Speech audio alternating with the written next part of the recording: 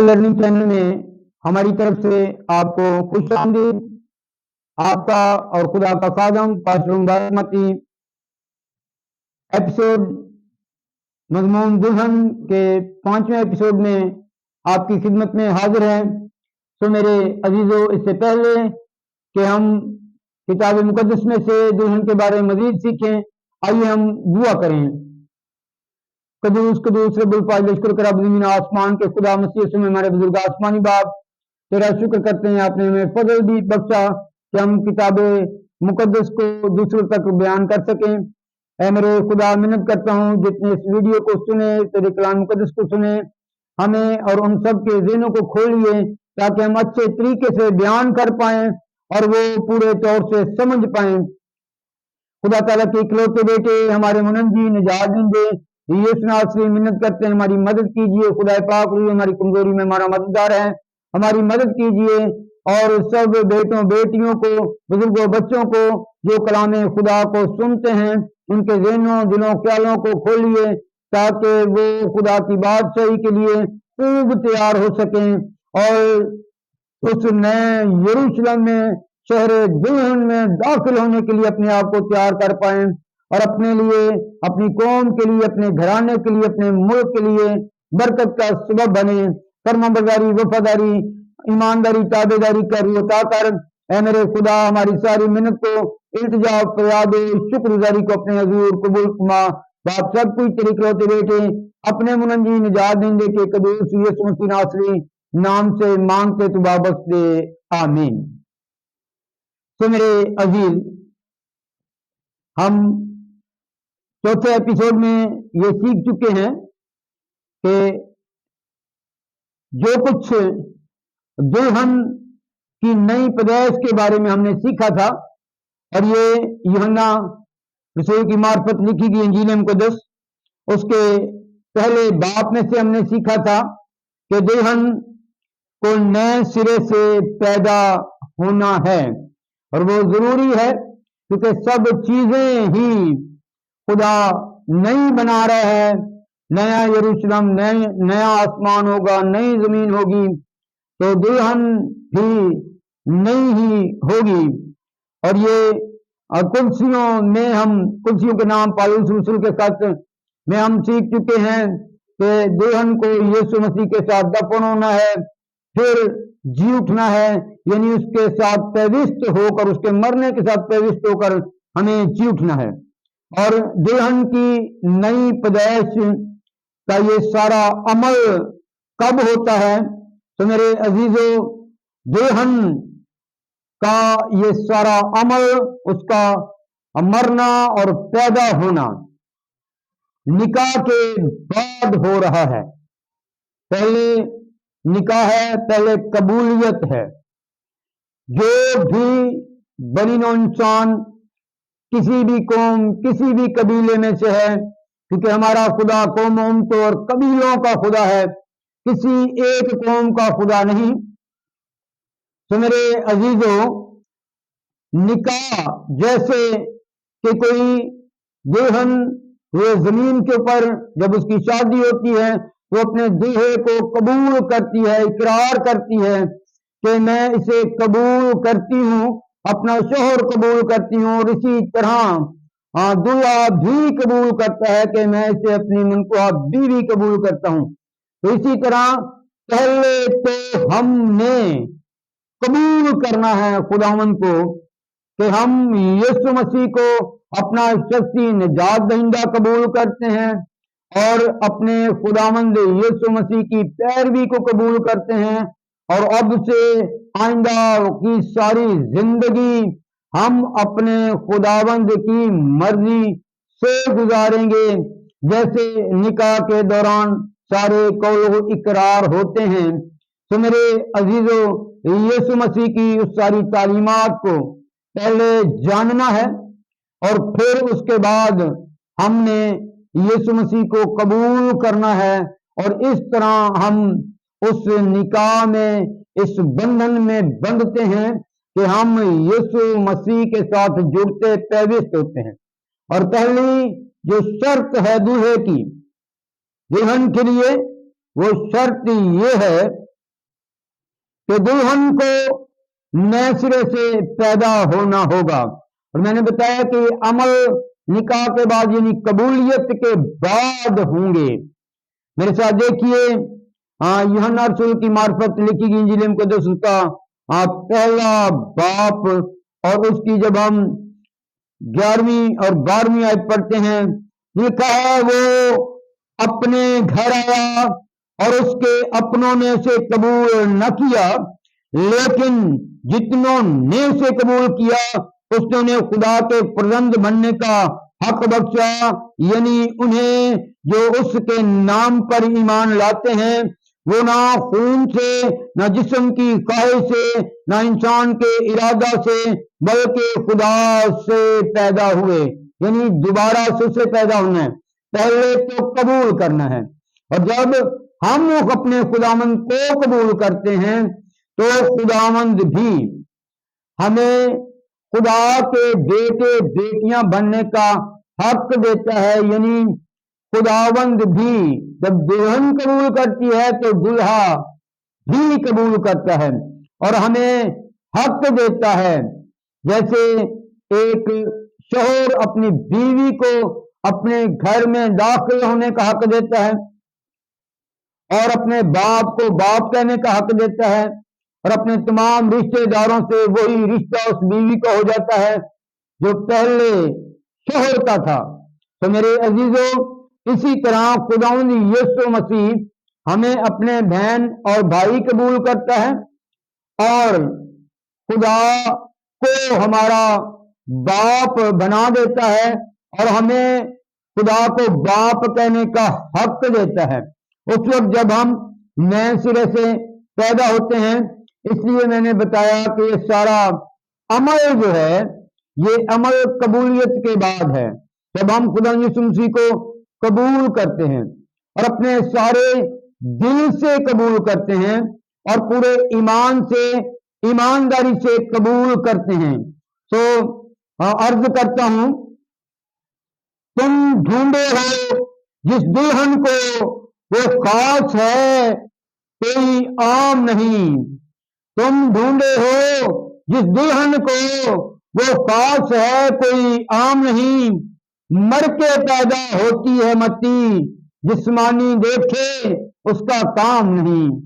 جسمانی لوگ دلہن کو نہیں دیکھ سکتے اور اس دلہن کے مطلب کو نہیں سمجھ سکتے کہ یہ کیسا رشتہ ہے یہ کیسی شادی ہے یہ کیسی دلہن ہے کیونکہ یہ عجیب ہی طرح کا دلہا ہے اور یہ عجیب ہی طرح کی دلہن ہے. تو میرے عزیزوں یہ ساری تحقیقات یہ ساری نئی پیدائش یہ ساری تیاریوں کا سبب کیا ہے.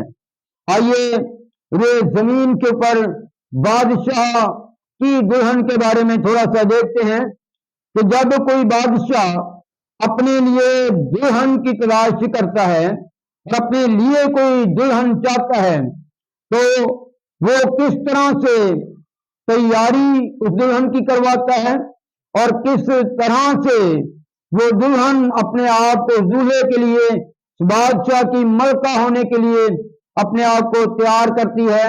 تو ہم کتاب مقدس ہی سے ایک بیٹی کا ذکر دیکھیں گے جو ملکہ بنی اور بادشاہ نے اپنی اسے بیوی یعنی دلہن بنایا.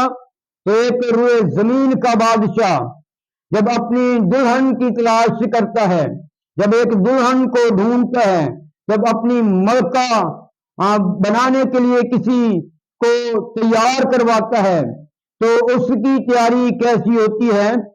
سو میرے ساتھ آپ دیکھیے آستر اس کا دوسرا باب اور اس کی تیسری آیت سے جب ہم پڑھتے ہیں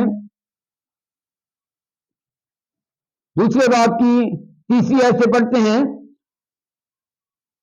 اور بادشاہ اپنی مملکت کے سب صوبوں میں منصبداروں کو مقرر کرے تاکہ وہ سب جوان خوبصورت کنواریوں کو کیسر سوسن کے بیچ حرم سرا میں اکٹھا کر کے بادشاہ کے خواجہ سرا حجہ کے سپرد کریں، جو عورتوں کا محافظ ہے، اور طہارت کے لیے ان کا سامان ان کو دیا جائے، اور جو کنواری بادشاہ کو پسند ہو وہ وسطی کی جگہ ملکہ ہو۔ تو میرے عزیزو، یہ واقعہ ایک بادشاہ کی بیوی، اکثر بادشاہ ہے جس کی بیوی وسطی نے، ملکہ نے بادشاہ کی بات نہ مانی، اور بادشاہ کو غصہ آیا اور اس نے اس کے منصب سے ہٹا دیا۔ اب کچھ دن گزر جانے کے بعد جب بادشاہ کا غصہ ٹھنڈا ہوا تو کابینہ نے، اس کے وزیروں نے مل کر بادشاہ کو صلاح دی کہ اب ایسا کیا جائے کہ پورے ملک کے اندر سے جوان حسین کنواریوں کی تلاش کی جائے اور انہیں وقت دیا جائے اور ایک خواجہ سرا کے سپرد کیا جائے ان کنواریوں کو، اور انہیں طہارت کا یعنی پاکیزگی کا، اپنے آپ کو پاک کرنے کا، اپنے آپ کو سنوارنے کا سامان دیا جائے تاکہ وہ خوب تیاری کریں اور یہ تیاری کرتی رہیں۔ اور اس تیاری کا وقت ہے، اس تیاری کا کیسا وقت ہے تو اسے میرے ساتھ آپ دیکھ سکتے ہیں کہ یہ کنواریاں جب اپنے آپ کو تیار کرتی ہیں اور انہیں سامان دیا جاتا ہے تو دوسرے باب کی 8ویں آیت کو پڑھتا ہوں۔ تو ایسا ہوا کہ جب بادشاہ کا حکم اور فرمان سننے میں آیا اور بہت سی کنواریاں کیسر شوشن میں اکٹھی ہو کر حجہ کے سپرد ہوئی تو آستر بھی بادشاہ کے محل میں پہنچائی گئی اور عورتوں کے محافظ حجہ کے سپرد ہوئی، اور وہ لڑکی اسے پسند آئی اور اس نے اس پر مہربانی کی اور فوراً اسے شاہی محل میں سے طہارت کے لیے اس کے سامان اور کھانے کے حصے اور ایسی 7 سہیلیاں جو اس کے لائق تھی اسے دیں، اور اس کی سہیلیوں کو حرم سرا کی سب سے اچھی جگہ میں لے جا کر رکھا، نہ صرف طہارت کے لیے بلکہ ان کے کھانے کے لیے بھی ایک الگ سی خوراک مہیا ہوئی، یعنی وہ دلہن جس نے بادشاہ کی ملکہ بننا ہے اس کے کھانے کا سامان یعنی اس کی خوراک بھی الگ ہوتی ہے۔ اسی لیے یسوع مسیح نے کہا کہ میں نے تمہیں دنیا سے الگ کیا، تم دنیا کے نہیں ہو۔ دنیا جیسی چیزیں کھاتی ہے تم اس طرح کی چیزیں نہیں کھا سکتے، جس طرح کے دنیا کپڑے پہنتی ہے آپ اس طرح کے کپڑے نہیں پہن سکتے، جس طرح دنیا رہتی ہے اس طرح آپ نہیں رہ سکتے۔ جس طریقے سے دنیا اپنے آپ کو دنیا کی چیزوں میں جھوٹی کہانیوں میں اپنے آپ کو ملوث کرتی ہے، مکاری سے، جھوٹ سے، فریب سے کام لیتی ہے، آپ اس طرح نہیں لے سکتے۔ تو میرے عزیزوں، کیونکہ ہمیں جس کی دلہن بننا ہے وہ خداوندوں کا خدا اور بادشاہوں کا بادشاہ ہے۔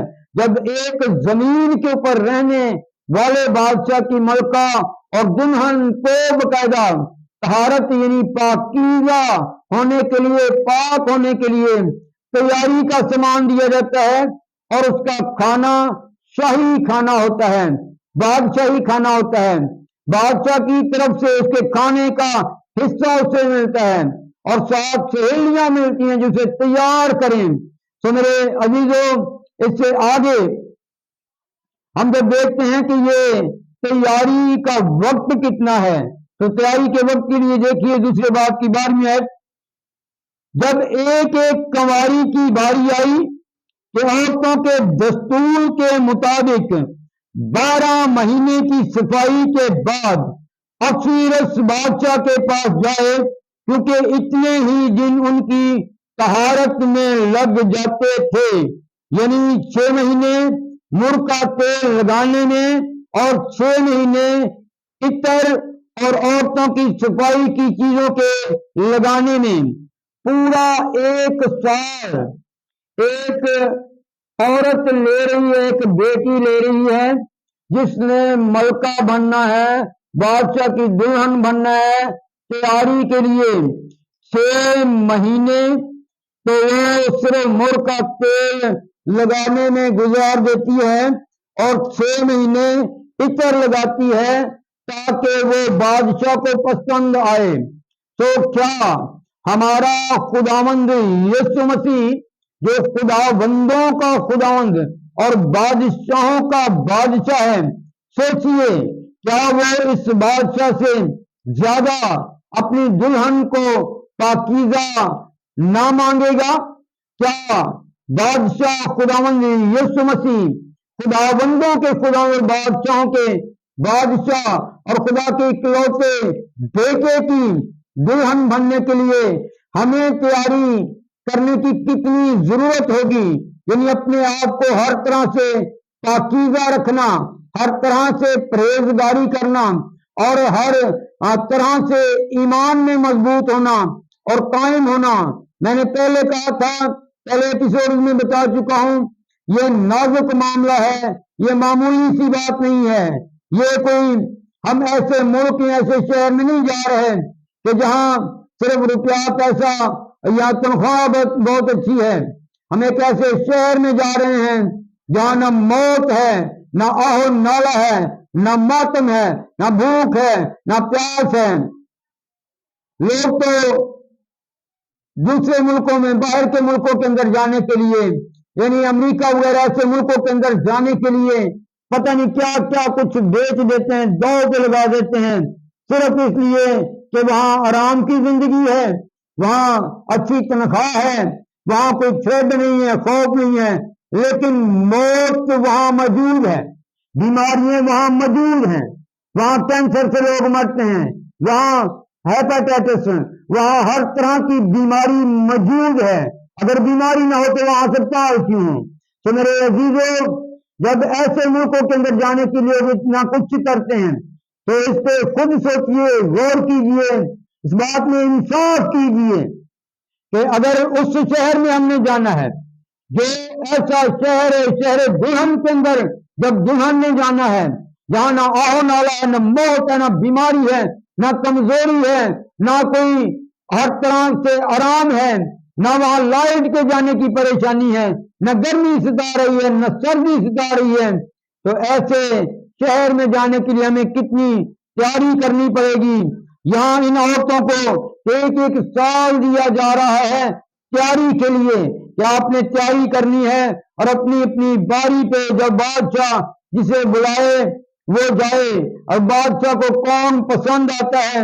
کیونکہ بادشاہ نے خوبصورتی بھی دیکھنی ہے، قد بھی دیکھنا ہے، اور پھر بادشاہ ہے، اس نے دلہن کو پورا سر سے پیروں تک دیکھنا ہے کہ وہ کیسی ہے، اس کے اندر کوئی داغ دبا نہیں، کیونکہ سال تو اسے تیاری کے لیے دیا جا رہا ہے.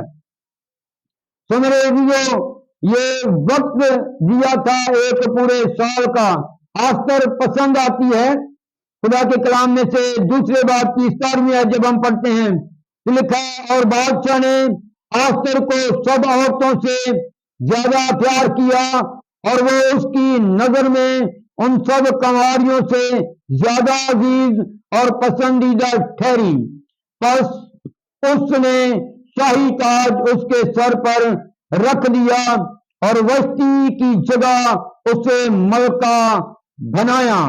اور بادشاہ نے اپنے سب عمرہ اور ملازموں کے لیے ایک بڑی ضیافت یعنی آستر کی ضیافت کی اور صوبوں میں معافی کی اور شاہی کرم کے مطابق انعام بانٹے.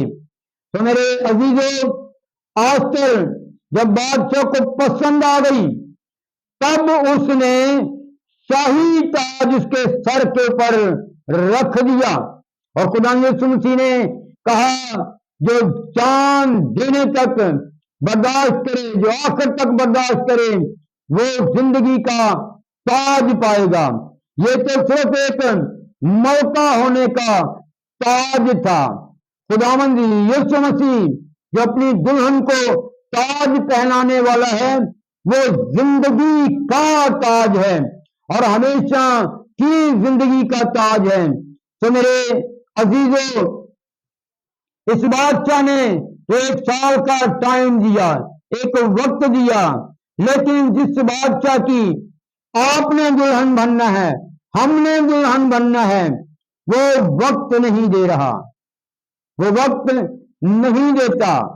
صرف اس نے کہہ دیا تیار رہو, اور ٹائم بتا کر نہیں آتا, اس نے آنے کا ٹائم نہیں بتایا. یہ بہت ہی شروع سے میں بتا رہا ہوں, یہ بڑا عجیب دلہا ہے. وجہ کیا ہے؟ وجہ یہ ہے کیونکہ یہ خداوندوں کا خداوند اور بادشاہوں کا بادشاہ ہے, جس کی بادشاہی آسمان اور زمین پر ہے. وہ مختار عظیم ہے, آسمان اور زمین کا کوئی اختیار ہے, اور اس نے یہ اختیار مر کے دفن ہو کر تیسرے دن مردوں میں سے جی اٹھ کر حاصل کیا ہے. یہ بادشاہ جو اکثر اس بادشاہ ہے, کہاں ہے اب اس کی بادشاہی؟ وہ ملکہ کہاں ہے؟ وہ بادشاہی ختم ہو گئی, ملکہ بھی ختم ہو گئی. لیکن جس بادشاہی میں آپ کو خدا لے کے جانا والا ہے, جس دلہے کی آپ دلہن بننے والے ہیں, وہ نہ تو بادشاہی ختم ہونے والی ہے اور نہ اس کا راج ہی ختم ہونے والا ہے. تو یہ دلہا بہت ہی عجیب دلہا ہے. تو عرض کیا ہے, ارے عجیب ہے دلہن تیرے دلہے کا نام, ارے عجیب ہے دلہن تیرے دلہے کا نام, نام ہی عجیب نہیں مٹی, عجیب ہے کام. صرف نام ہی اس کا عجیب نہیں, کہ تو کام ہی عجیب ہیں. اگلے ایپیسوڈ میں حوالے کے ساتھ بتاؤں گا کہ کیسے اس کے کام عجیب ہیں اور کیسا اس کا نام عجیب ہے. ایک مشہور قاضی ہوا ہے سیمسن, آپ نے سنا ہوگا سیمسن ڈیلیلا, لیکن اس کی ماں کو جب یہ دلہا خداون ملا تو انہوں نے پوچھا, اس کے شوہر نے پوچھا, منوہا نے پوچھا کہ تیرا نام کیا ہے؟ تو اس نے کہا تم میرا نام کیوں پوچھتے ہو, کیونکہ وہ تو عجیب ہے. تو انہوں نے کہا کہ ہم تمہارے کھانے کا انتظام کرتے ہیں, ٹھہر جائیے, ہم پہ مہربانی کیجیے. میں کہا کھانا تو میں کھانے والا نہیں, لیکن تم ایک قربانی اگر چڑھا دینا چاہو تو قربانی رکھ دو. جب انہوں نے قربانی رکھی تو جب شعلہ اس قربانی پہ آیا تو یہ دلہا اس شعلے میں سے آسمان پہ اٹھایا گیا. تو یہ عجیب کام تھا. اس نے کہا تم میرا نام کیوں پوچھتے ہو, کیونکہ وہ تو عجیب ہے. اور اس نے ان کے سامنے عجیب ہی کام کر کے دکھایا. ایک مرد جو انہیں دکھائی دے رہا تھا, ایک مرد خدا جو انہیں دکھائی دے رہا تھا, وہ آگ کے شعلے میں آسمان پہ اٹھایا گیا. ایک ہی جگہ پہ نہیں, نہ جانے کتنے جگہوں پہ آپ کے اس دلہے نے عجیب کام کیے, اور اس کا باقاعدہ نام عجیب ہے. اور یہ ہم اگلے ایپیسوڈ میں اس کا نام حوالے کے ساتھ بیان کریں گے, اس واقعے کو بھی حوالے کے ساتھ پڑھیں گے. تو آخر میں عرض کرتا ہوں, غور سے سنیے, کر لائک تے سبسکرائب, خدا نے کیتا اگلی ویڈیو سے ملیں گے. کر لائک تے سبسکرائب, خدا نے کیتا اگلی ویڈیو سے ملیں گے.